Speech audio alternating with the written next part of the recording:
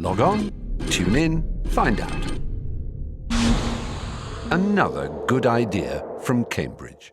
Micheli from the University of California, and he's going to talk about the geometry of the Riemannian manifolds on landmark points with application to medical electricity.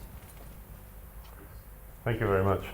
Well, thank you for your invitation, and I should tell you a very short story. The last time I was in Cambridge was many years ago. I was a secondary school student, and I had applied to Cambridge. So I came here for an interview at Jesus College, and maybe I should not advertise this, but I did not get in. And well, they told me, if you do the British A-levels, maybe you can come back next year. But I gave up.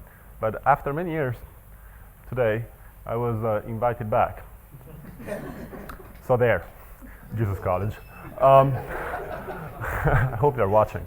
Anyway, I don't have my name tag, but it says UCLA math, but I'm not there anymore. That's a lie. I left in July, and I'm transitioning to the University of Paris 5, but I'm not there yet because I'm starting.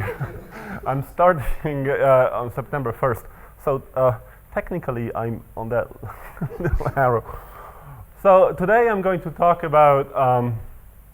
I'm going to build up on what Alain Trouvé and Laurent Nunes did. I am going to go into a few more details of one particular shape space, which is endowed with the metric induced by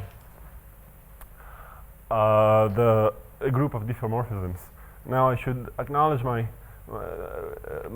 co-workers, David Mumford of Brown University, who was my PhD advisor, and Peter Michor of the University of Vienna, and we have a paper, the Triple M paper, which should come out soon, and of course the Office of Naval Research that was paying part of my salary until June at least.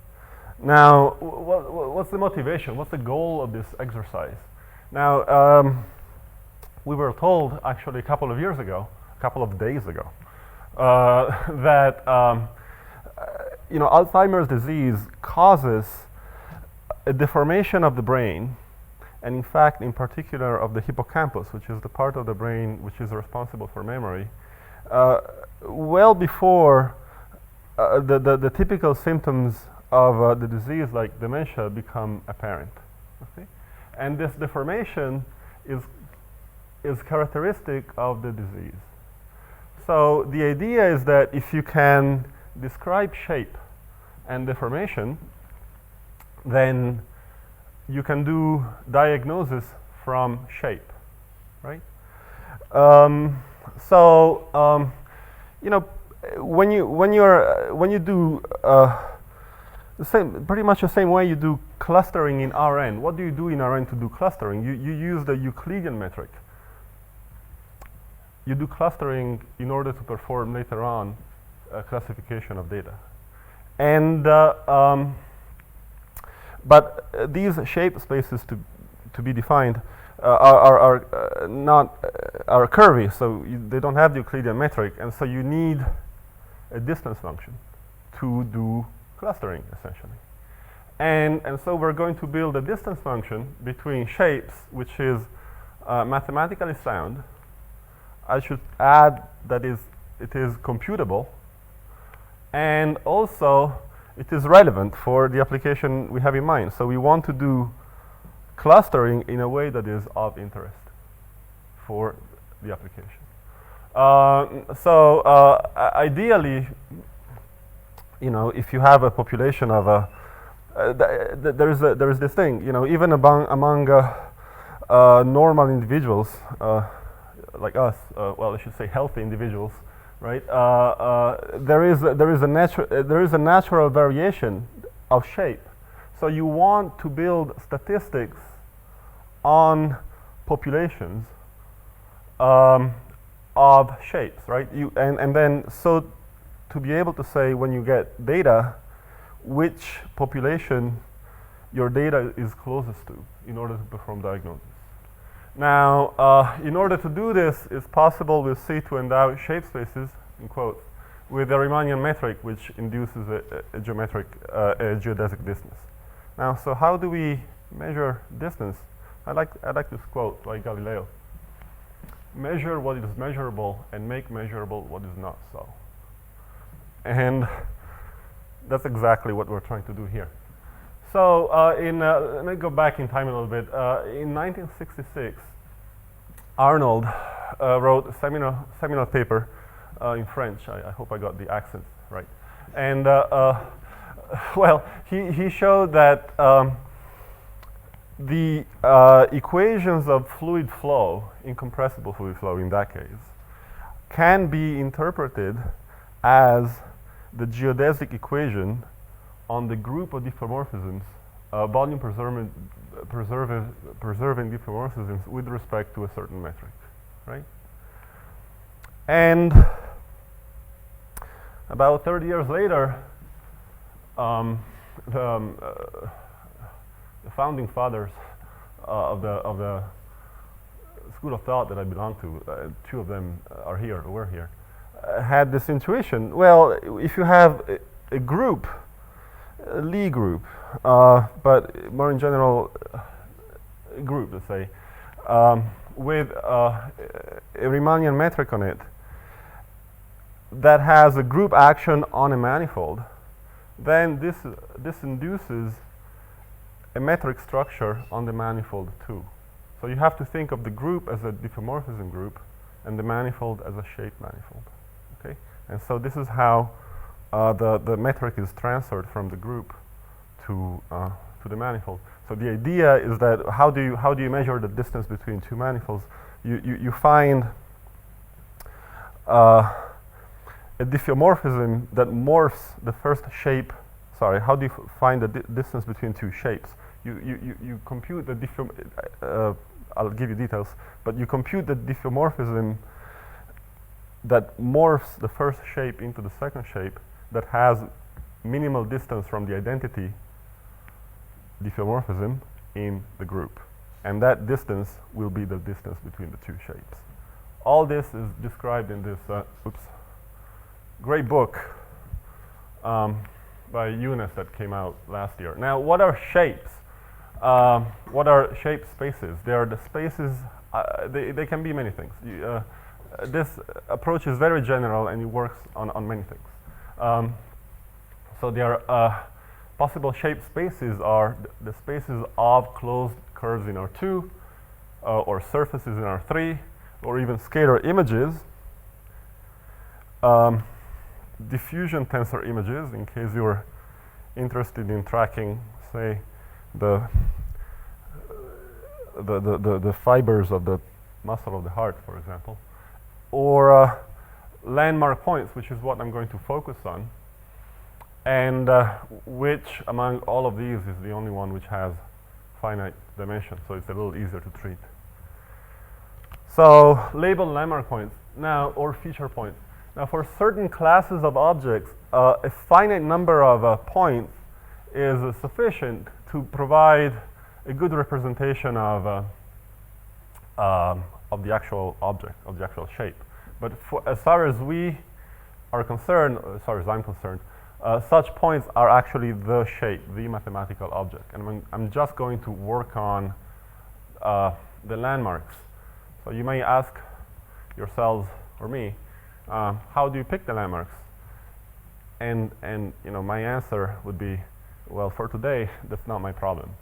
For of course, there is you know, an active field of research of finding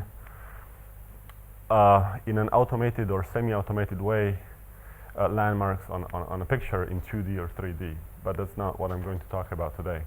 So this is a skull with landmarks. This is an experiment we ran at Brown. We had a bunch of fish, and we had a group of volunteering, enthusiastic graduate students who spent many days, you know, putting landmarks on fish, and we classified fish, and that was as automatic as it got in terms of picking the points. So let's go into let's get our hands dirty a little bit. This is fairly elementary stuff. Given a time-dependent vector field, so it depends on time and space, we know from the theory of dynamical systems that, or ODEs, that if you have a dynamical system of this form, z dot equals the velocity with initial condition x, the solution depends on the initial time, the current time, and the initial condition. And for a fixed initial and final time, we define this function, which is the diffeomorphism with this function of x, which is the initial condition, which is the diffeomorphism induced by the velocity field from time s to time t. And mostly we'll consider initial time 0 and final time 1. And this function from Rd to Rd is the diffeomorphism generated by the velocity field v. Okay? And so, when you put a metric on the diffeomorphism group, you actually put what you do is that you put an inner product on the tangent space of this diffeomorphism group, which is exactly the space of vector fields. Okay. And so consider for now time-independent vector fields in this. Yes. When you do that, don't you need assumptions on the manifold? Because you make it a Hilbert manifold. Yeah. The group diffeomorphism. You make Yes. that a manifold. Yes. But the manifold that everything works on itself, Yes. you need assumptions on that. So this Yeah, was well- done by Jerry Marston in the 70s when they did that. But don't you need assumptions on the original manifold for this to give you that structure? So as far as I know, okay, essentially when you put a metric on the tangent space, you somewhat implicitly define the manifold you're working on, okay?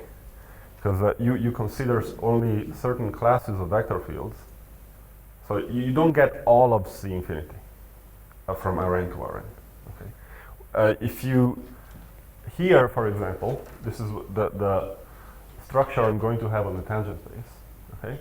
I'm going to consider the Hilbert space of it's a Sobolev space, right? From of vector fields from Rd to Rd, which are differentiable k times.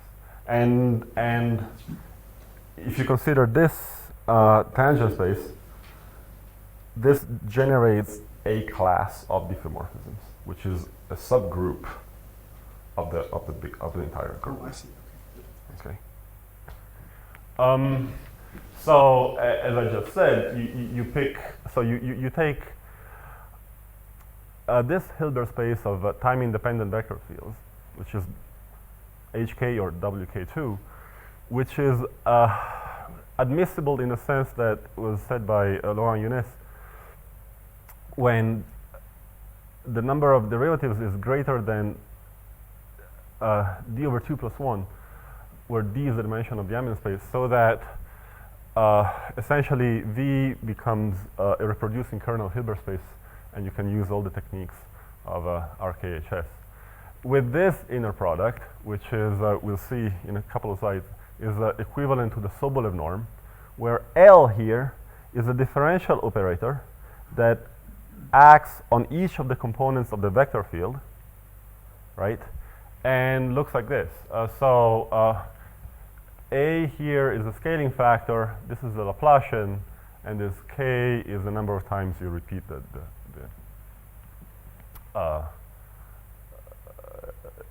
you repeat this differentiation.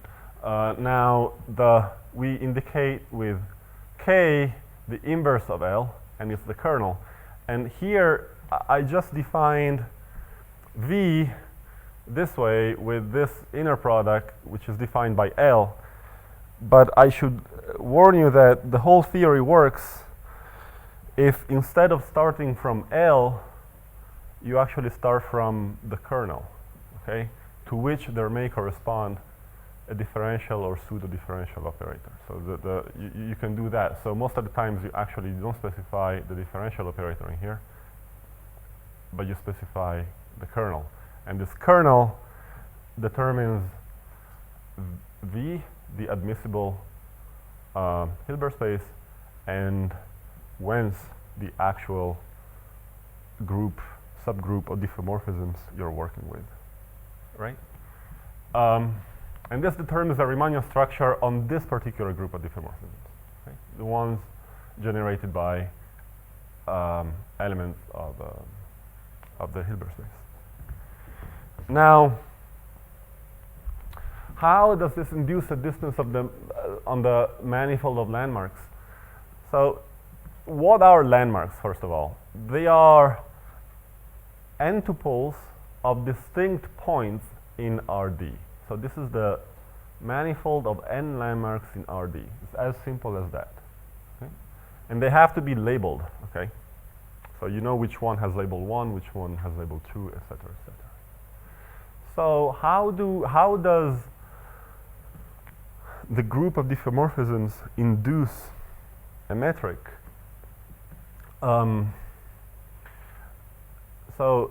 Given two landmark sets on the manifold, so these are 2 points on the manifold.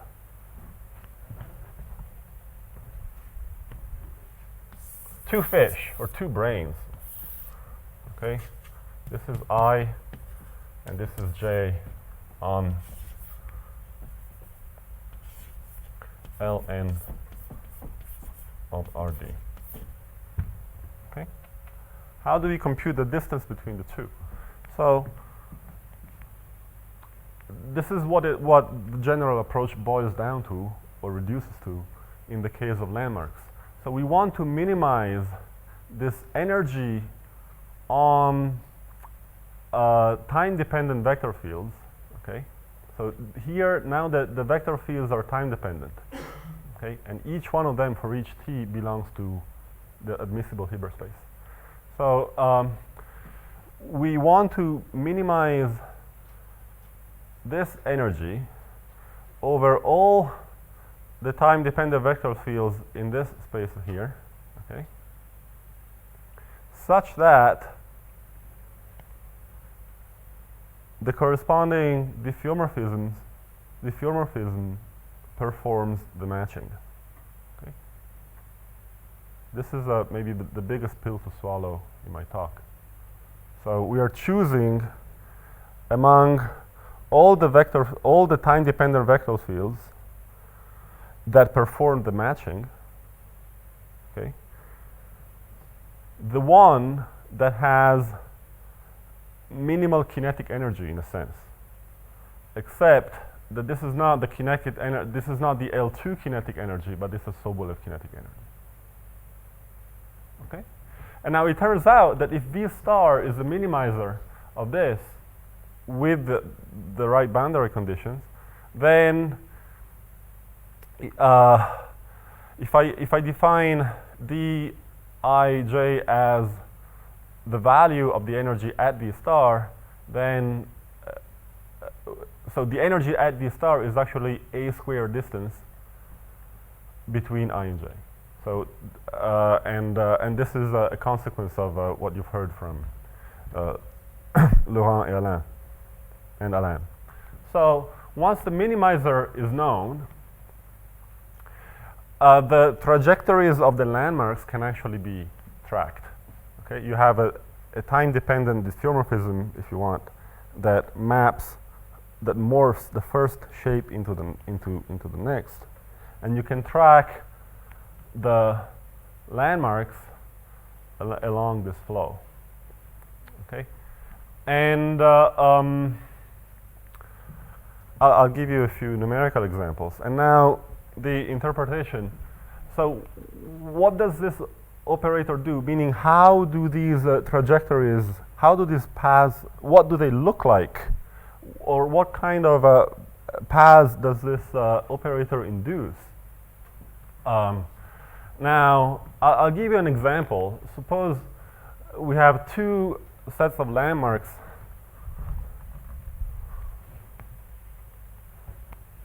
this is the first set, right? x1 and y1, and this is the second set. No, x1 and x2, sorry. And we want them to go, this one has to go here, and this one has to go here. So this is y1, and this is y2. So they're traveling in opposite directions. And I know that here in England, traveling goes with two L's that have been corrupted by America. So they write it with only one. So I want to argue that the trajectories, that the lemmas tend to avoid each other. And why is that? And they do not, you know, if they travel in opposite direction, they want to keep away from each other as much as possible. So why is that? Because if they traveled close to each other, so before I go there, let me expand this Sobolev norm. You can write it up like this. So it is an L2 norm on the actual size of the vector field, plus an L2 norm on the gradient of the vector field, plus an L2 norm on the Hessian of the vector field, and so on and so forth. So if the two lemmas travel together, you see at this point in the middle at time equal 1/2, at that point of space, the y derivative of the x component of the velocity would be very large. So this term would be very, very high. And we're trying to minimize the whole thing. So let me show you. I haven't learned to embed movies into Beamer. So anyway, this is exactly what I said. So this lemma goes to here, and this lemma goes to here, and I'm trying to minimize that energy. And if I integrate the velocity, I get this diffeomorphism. So you see, they try to avoid each other. Right? On the other hand, if they want to go from here to here, they will, in fact, travel together. Why is that? Because remember, we're also trying to minimize the actual L2 norm of the velocity field. So they're trying to, here, they kind of carpool in the same blob of velocity field to go from here to there.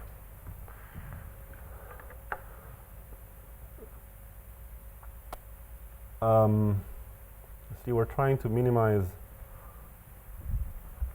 this too, not only that.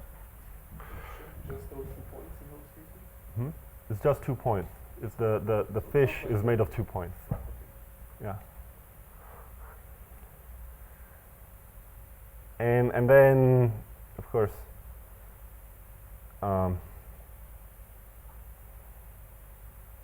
you can have 3 points. And again,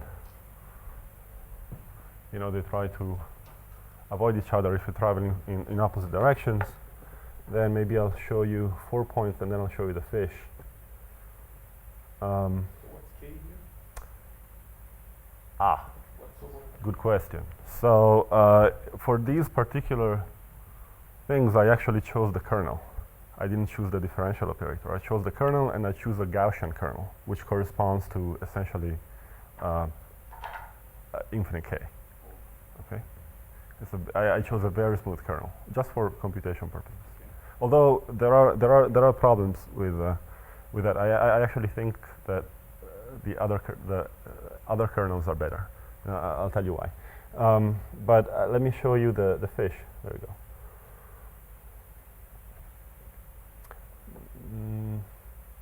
Yeah. So these are the two fish I'm actually comparing. This fish here and this funny looking fish here. So they're very different. And I think there are 22 landmarks in this case. And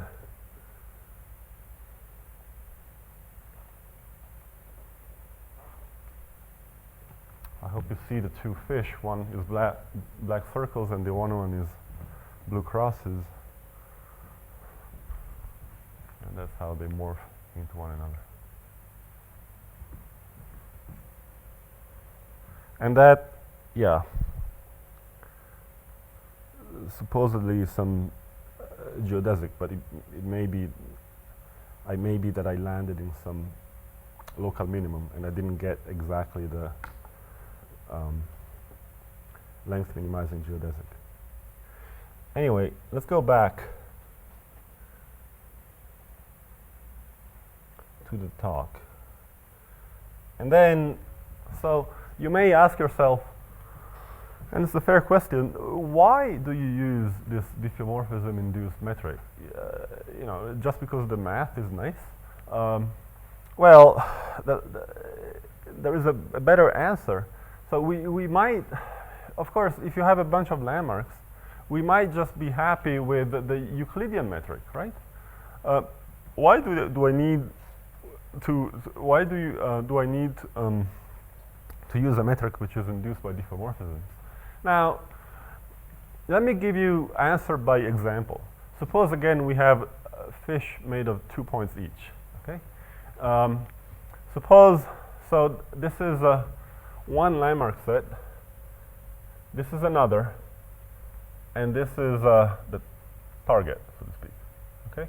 So if I use the Euclidean metric, you know, the distance from this set to this set would be the same or almost the same as the distance from this set to this set.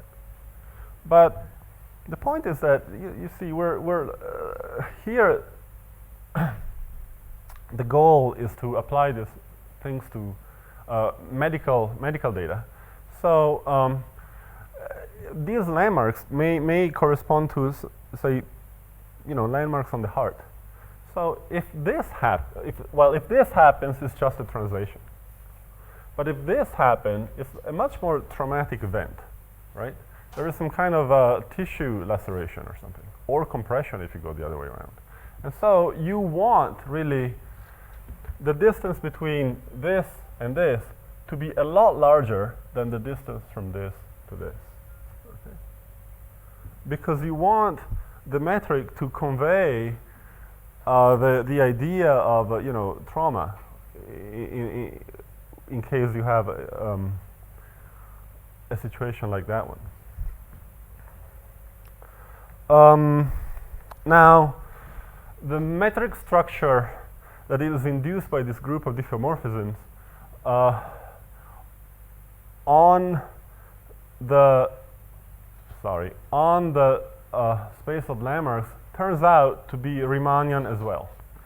Now, so we defined the distance between two landmark sets this way, you know, as the square distance is equal to the infimum of the kinetic energy of the velocity fields that performs the matching. But it turns out, so first of all, this space is the space of n landmarks in d dimensions is nd dimensional, and it turns out that there is a metric tensor, okay, such that if we write the Riemannian energy of a path with respect to that metric tensor, this induces the geodesic distance of this energy is exactly the same distance that we defined above. Okay, so there is an equivalence in terms of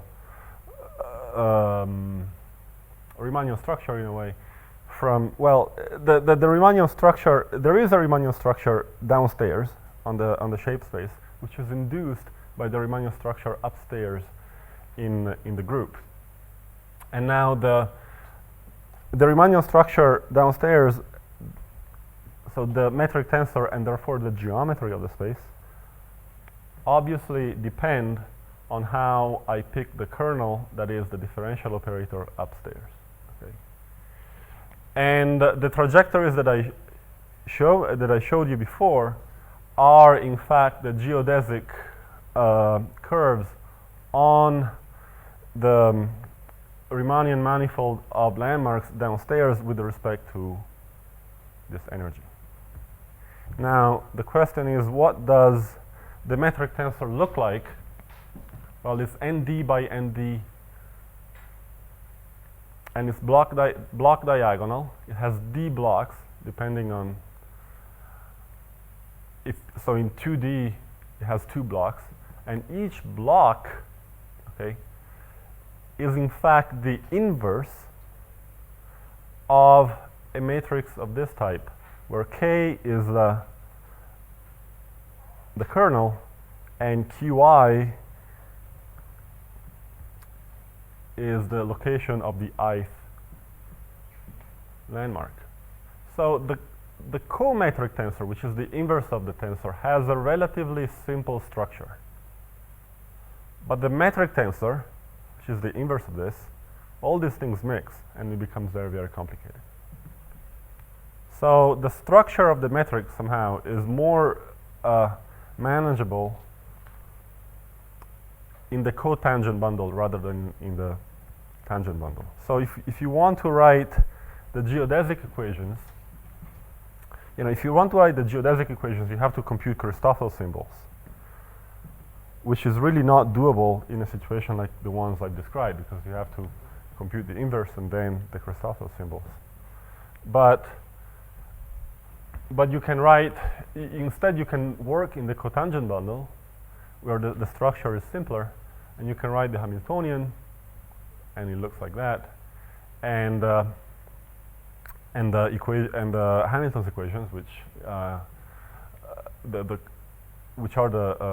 co-geodesic equations, and also there are because of the rotation and translation invariance. Well, if you choose a kernel which is rotation invariant and translation invariant, then the metric tensor and the cometric tensor are rotation and translation invariant, and so there are some quantities that are conserved. And the dynamics is actually very interesting, although it's not my main concern today. But we work on the dynamics of this. And for example, if you do choose a radially symmetric kernel, then there are 3 typical situations, let's say in the space of 2 landmarks in R2. Well, the first 2 are typical. The second one maybe not so much. But essentially, you have the landmarks either kind of collapse towards each other, or if you change the initial conditions lightly, eventually they diverge. And there is a third situation which is not so typical.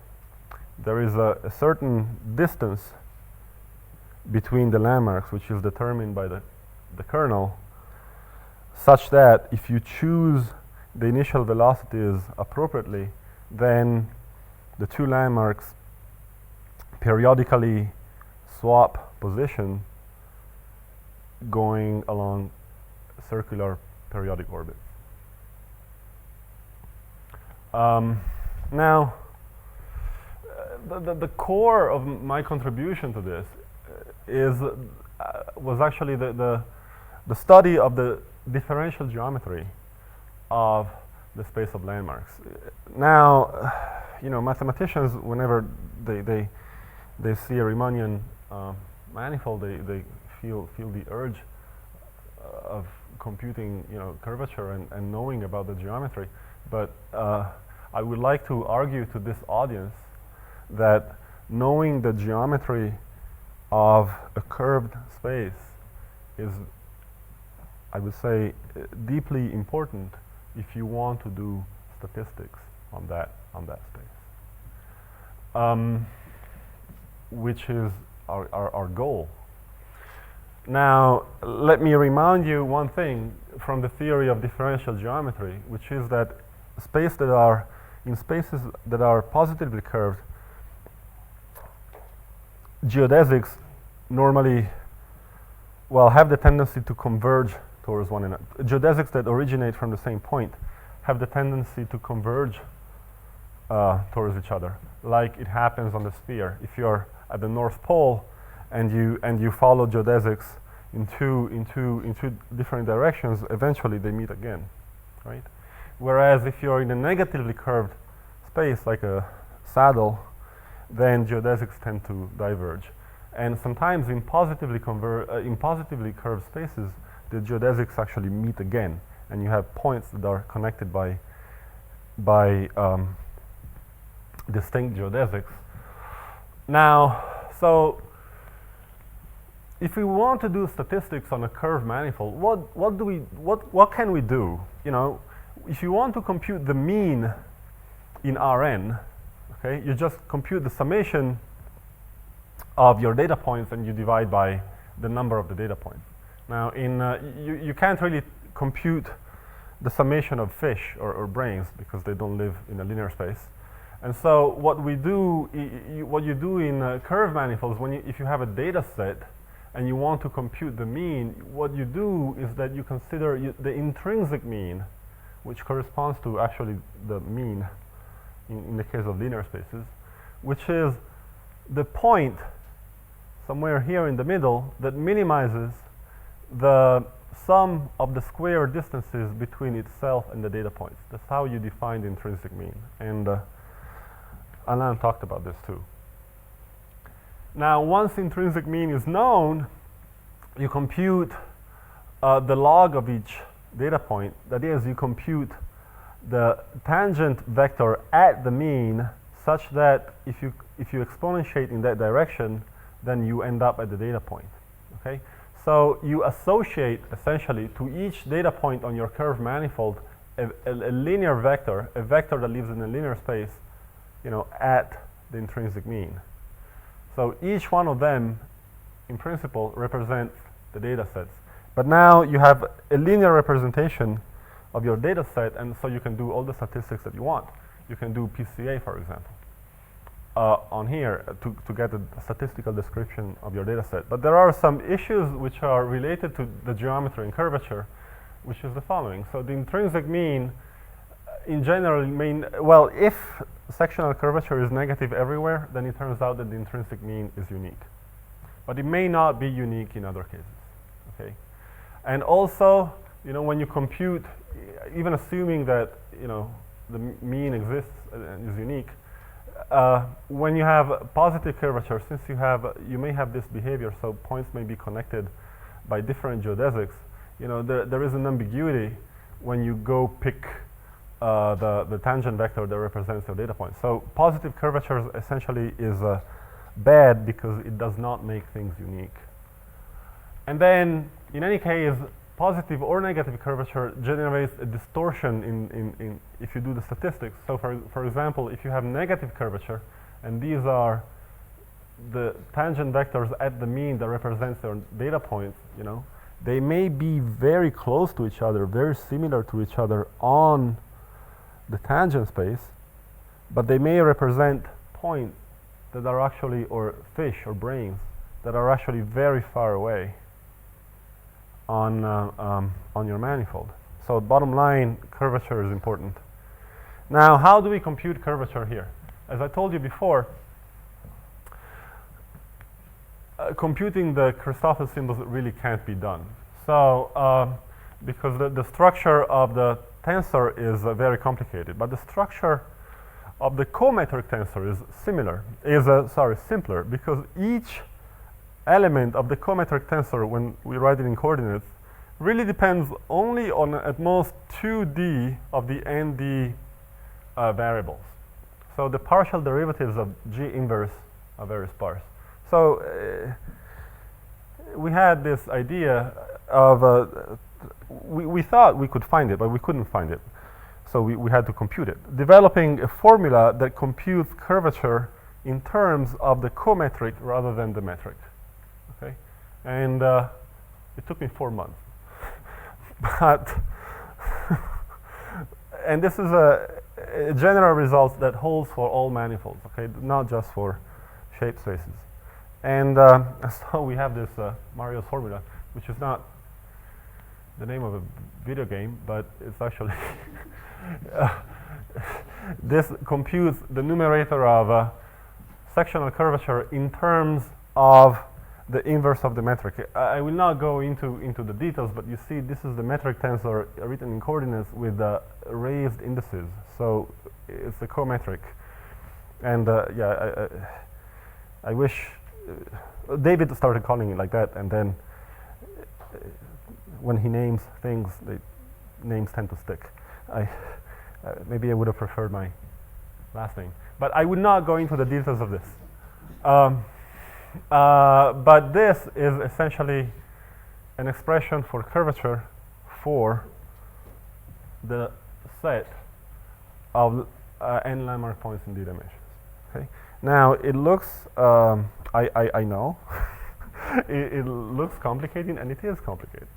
But each of these terms has actually physical interpretation. Okay, believe me when I say that. So, for example, you have forces and strains among landmarks, and so you can actually see where the curvature is coming from if you're patient. Let me give you just a couple of toy examples, because that boils down to things that are much simpler when you have just a few landmarks. So, for example, this is a really toy example. We have two landmarks in one dimension. Okay, you have 2 points on the real line. Okay, with the metric induced by the group of diffeomorphisms on the real line. Now it turns out, because of the if you assume that the kernel is rotation invariant, which in this case means symmetric and kind of bell-shaped, then curvature is only a function of the distance between the two landmark points. And it turns out that if the two landmark points are close to each other, then curvature is negative. If they're far away from each other, curvature is positive. And you can see from the dynamics of the landmarks. So you see we can plot the trajectories Q1, Q2 on the Q1, Q2 plane as parametric curves, and there is a band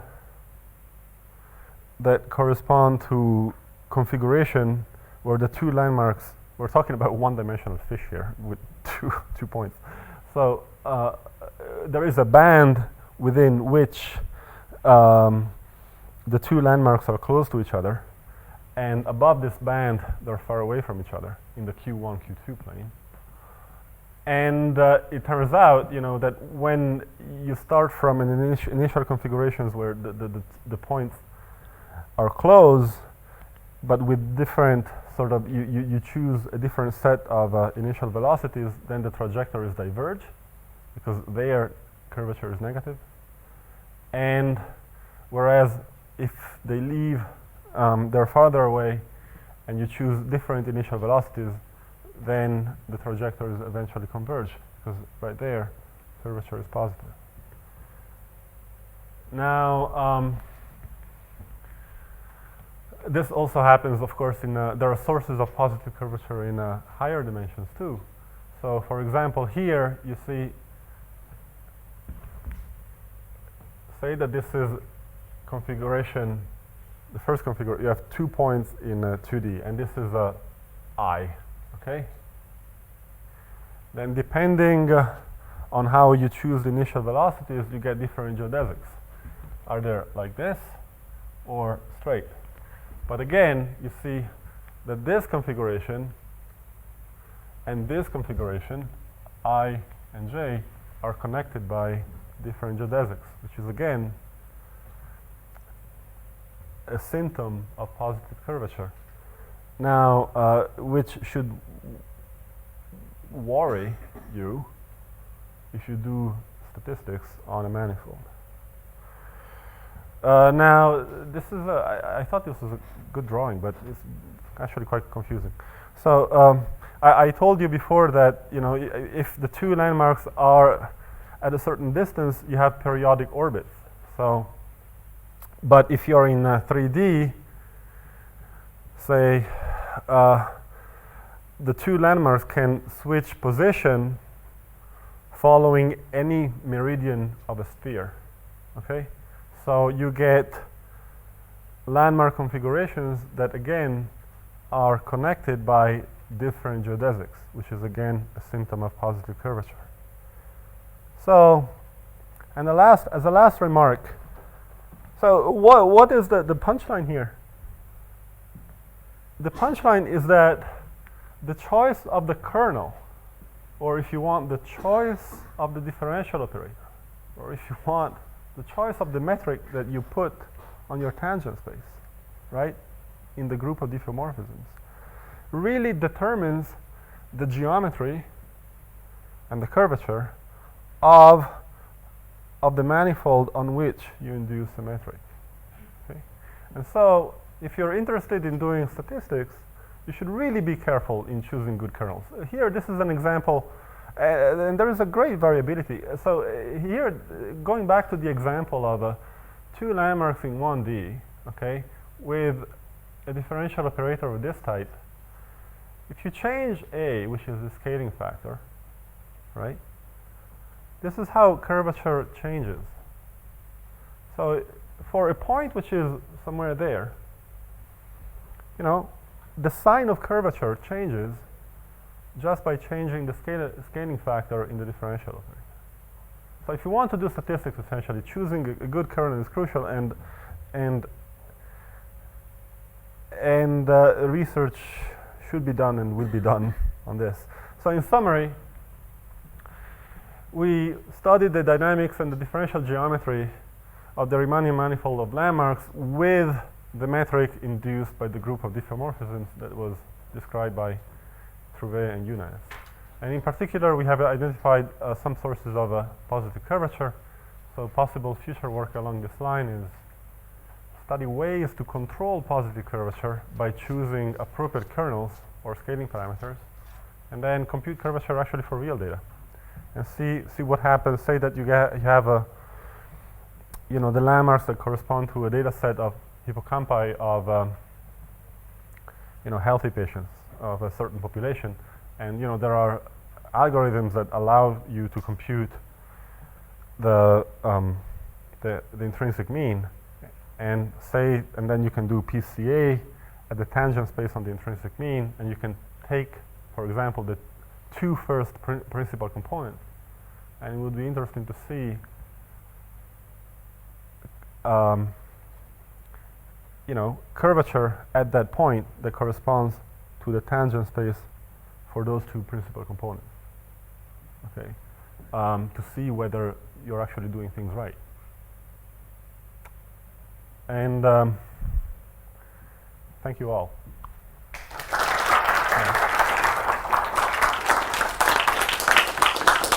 Thank you to Jesus College too. It's okay. Is the cohomology of LNRD easy to compute? Is the cohomology of LNRD easy to compute? I don't know. At least topologically, how does LNRD look like? It is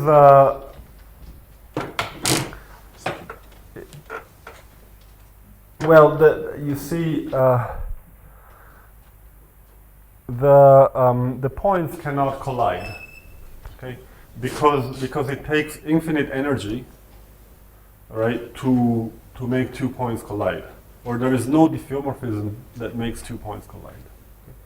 So LNRD is actually not connected, because there are you break it with planes that correspond to the impossible configurations, right?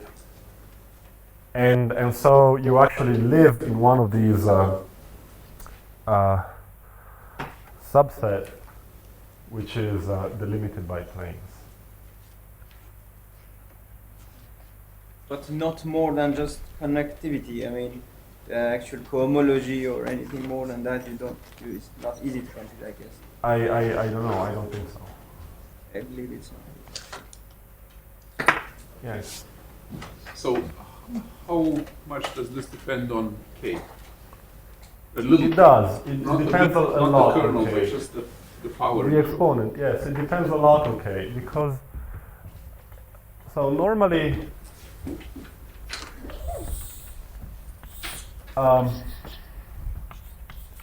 so in any case, so the inverse L inverse, which is K,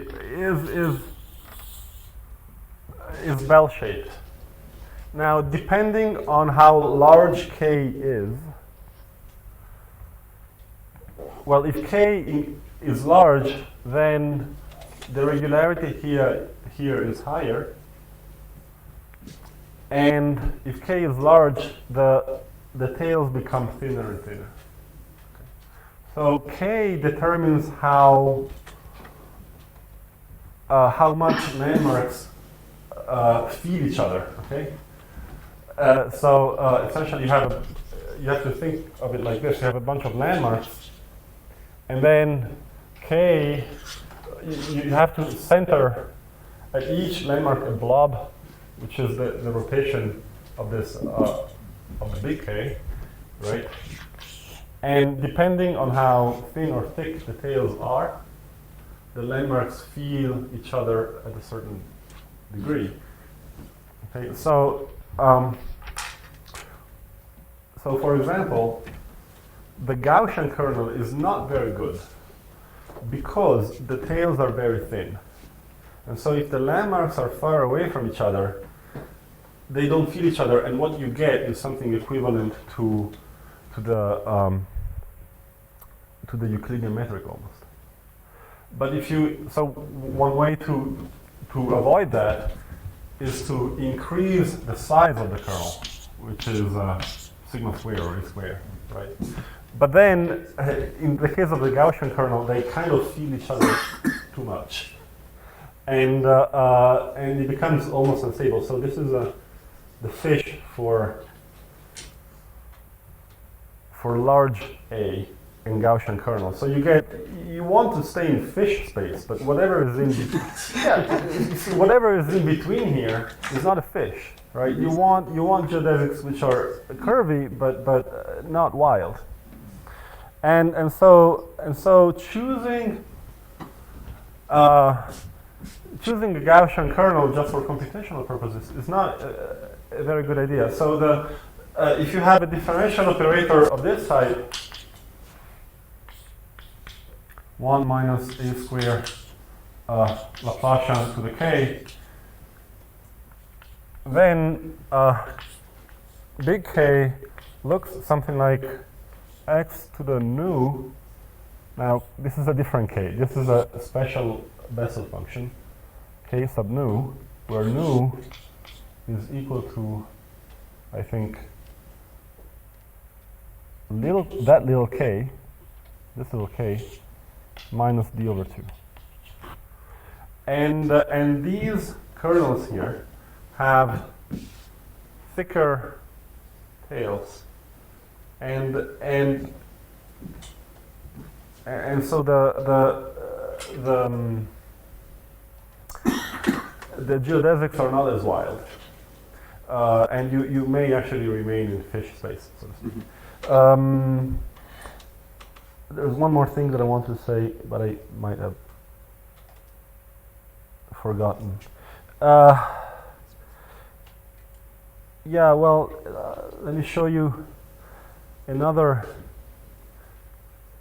problem with the Gaussian. Essentially, you have to make the variance large in order for the landmarks to feel each other.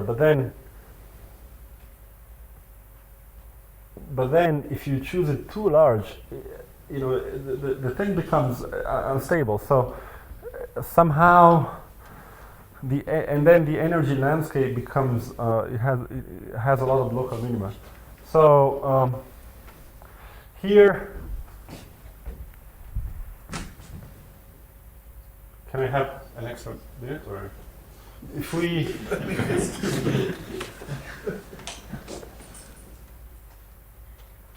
Where one? So here we are morphing.